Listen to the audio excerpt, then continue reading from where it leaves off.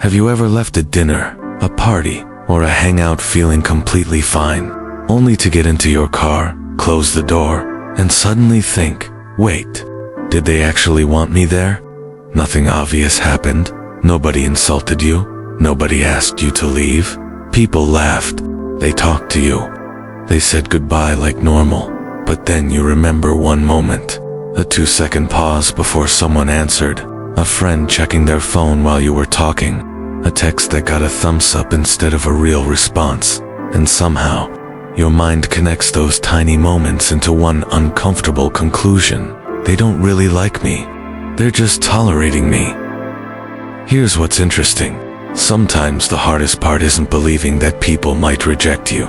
It's believing that you might not notice it until it's too late. So your mind starts looking for clues. Not because you're dramatic, not because you're needy, but because you may have become especially alert to social uncertainty, particularly if rejection or unpredictable relationships have felt threatening in the past. And once you understand that, the feeling of being merely tolerated starts to look very different. Imagine a woman named Sarah. She's 31. She works in marketing and has had the same group of college friends for almost a decade. One Friday night, they meet at a restaurant for a birthday dinner.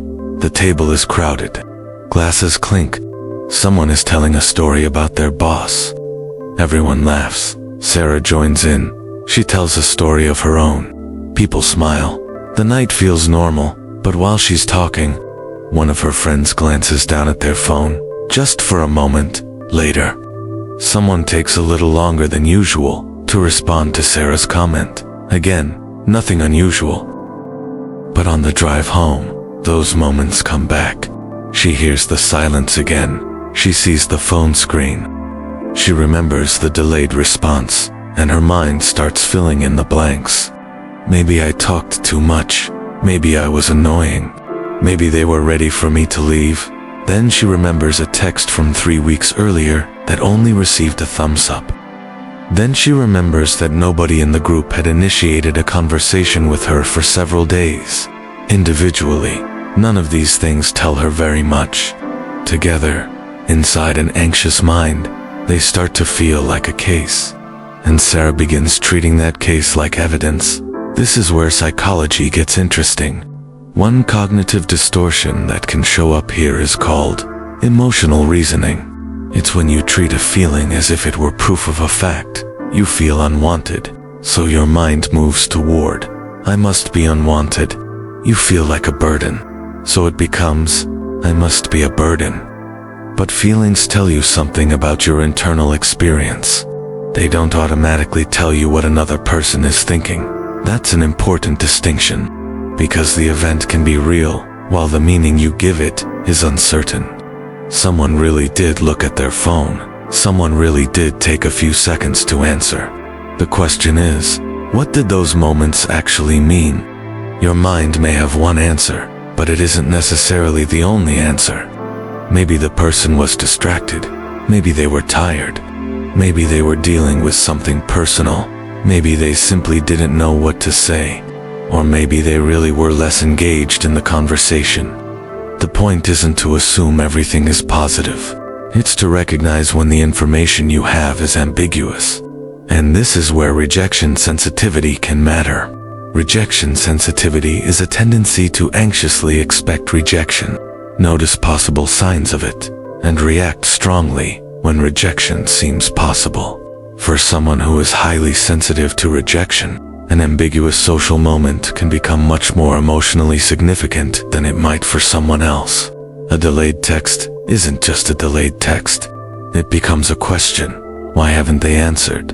A short response becomes another question. Did I say something wrong? A friend seems distracted. Are they getting tired of me? Your attention starts scanning for clues. Facial expressions, tone of voice, response times. Who texted first? Who didn't? How warmly someone greeted you compared with someone else. It's almost like a smoke detector that has become too sensitive.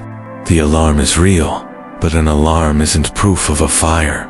And another pattern researchers study is negative interpretation bias. In simple terms, when information is unclear. A person may be more likely to give it a negative or threatening meaning. That doesn't mean their brain is inventing everything. It means the same ambiguous event can be interpreted in very different ways. Someone says, "I'm busy tonight."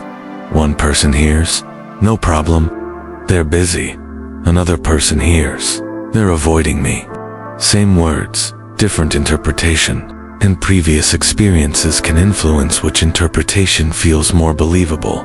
If you've experienced bullying, repeated rejection, unpredictable relationships, harsh criticism, or relationships where affection felt conditional, you may become more alert to signs that someone's approval is changing. You may have learned, consciously or unconsciously, if I'm useful, agreeable, funny, successful, or easy to be around, people stay. And if you believe your place in a relationship has to be earned, every interaction can start feeling like an audition. You monitor yourself. Was I talking too much? Did I interrupt? Was that joke weird? Should I text first? Should I wait? Was that reply too short? You aren't simply having a conversation anymore. You're evaluating your performance while the conversation is happening, and that can create a painful cycle. You fear that people don't really want you around, so you become more careful.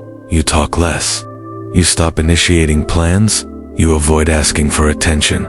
You edit your texts 3 or 4 times before sending them. You might even leave a conversation early because you assume people are relieved when you're gone. But now, something unexpected happens. Other people respond to the distance. They may assume you're busy. They may think you're tired. They may believe you need space, so they reach out less. And when you notice the reduced contact, your brain says, "See? I knew it." That's the trap. Fear can change behavior. Behavior can change relationships. And then the changed relationship can look like proof that the original fear was correct. It becomes a self-reinforcing cycle. But here's the question I want you to remember. Are you actually being rejected? Or are you trying to prevent rejection before you know whether it's happening? Those are not the same thing. Sometimes you aren't struggling because you're unable to recognize rejection. You're struggling because you're trying to detect it too early. You want certainty before uncertainty has had a chance to resolve itself. You want to know what that pause meant, why that text was short, why someone didn't invite you, why they seemed different. But people aren't puzzles you can solve from isolated clues. A relationship is better understood through patterns over time. Does this person consistently make time for you? Do they sometimes initiate? Do they remember things you've told them? Do they make space for you? Can you be yourself around them? Do they show up when it matters? That's different from judging a relationship because someone took 3 hours to text back on a Tuesday. Patterns matter more than isolated moments. But this doesn't mean you should ignore repeated behavior. Sometimes people really are pulling away. Sometimes a friendship becomes one-sided. Sometimes someone doesn't value the relationship as much as you do. And if that happens, you don't need to convince yourself otherwise. The goal isn't to tell yourself that everyone secretly loves you. The goal is to respond to reality instead of fear. If someone consistently cancels, rarely reaches out, shows little interest in your life, and repeatedly makes you feel unwanted, that's worth paying attention to. But one distracted glance, one short text, one awkward conversation, that's not enough information to decide what someone feels about you. Don't turn a moment into a pattern before a pattern actually exists. Because there is another cost to constantly assuming you're being tolerated. You can start making yourself smaller before anyone asks you to. You stop telling stories. You stop making plans. You become excessively agreeable. You apologize when you haven't done anything wrong. You try to become so easy to like that nobody has a chance to actually know you. And ironically, the more you perform for acceptance, the harder genuine connection can become. People can't fully connect with a version of you that's constantly being edited. You don't need to be endlessly funny. You don't need the perfect response. You don't need to make every person comfortable. You don't need to earn your right to exist in a room. Some people will like you, some won't. Some friendships will last for years, some will fade. Some people will understand you immediately, others won't. That's not evidence that you're defective. It's simply part of being human. So the next time you walk away from a conversation and that familiar thought appears, they were just tolerating me. Don't argue with the feeling. Just slow the process down. Ask yourself, what actually happened? Not what did I fear? Not what did I assume? What actually happened? Maybe someone looked away. Maybe the conversation went quiet. Maybe your message hasn't been answered. Those are things you observed. The meaning you attach to them is a separate step, and that step deserves examination. You can even ask, what are 3 possible explanations for what just happened? One might be negative, one might be neutral, one might have nothing to do with you. You don't have to force yourself to choose the positive explanation. You simply need to stop treating the negative one as the only possible explanation. Because maybe the people around you really are judging you, but maybe they're not. Maybe you're sitting in the driver's seat after dinner, replaying a 2-second pause while the other person is already home, taking off their shoes, thinking about tomorrow's meeting, and never realizing that you spent the entire drive wondering whether they wanted you there. That's one of the strange things that can happen when social anxiety is present, or when someone is especially sensitive to rejection. The conversation can end for everyone else, while it keeps happening inside your head, and you deserve a life where every interaction doesn't have to be reviewed afterward. You can let some moments remain unfinished. You can let a pause be a pause. You can let a short text be a short text. You can let someone have a bad day without making it a statement about your worth. And most importantly, you can let yourself be seen without constantly auditioning for acceptance. You don't need to know what everyone thinks of you. You don't need a guarantee that nobody will ever leave.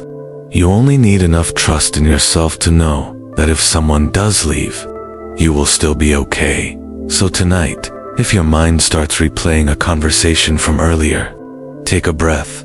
Feel your feet against the floor. Look around the room. Come back to what you actually know. You are not required to solve every silence. You are not required to decode every expression. And you are not required to earn your place every time you walk through a door. Sometimes the fear of being unwanted becomes so loud that you forget to notice the ordinary ways people choose to connect with you. The friend who sends you a random meme, the coworker who saves you a seat, the person who remembers how you take your coffee, the family member who calls just to check in. These aren't dramatic declarations. They're ordinary reminders that connection can look much more natural than anxiety expects. So maybe the goal isn't to become certain that everyone likes you. Maybe the goal is to become comfortable enough with uncertainty that you no longer need to turn every ambiguous moment into rejection. You can feel the fear, you can notice the alarm, and you can still wait for the evidence, because you are allowed to be in the room before you've proved that you deserve to be there. And sometimes, the door you thought was closing was never closing at all. You were just standing there, watching it too closely to notice that it was already open.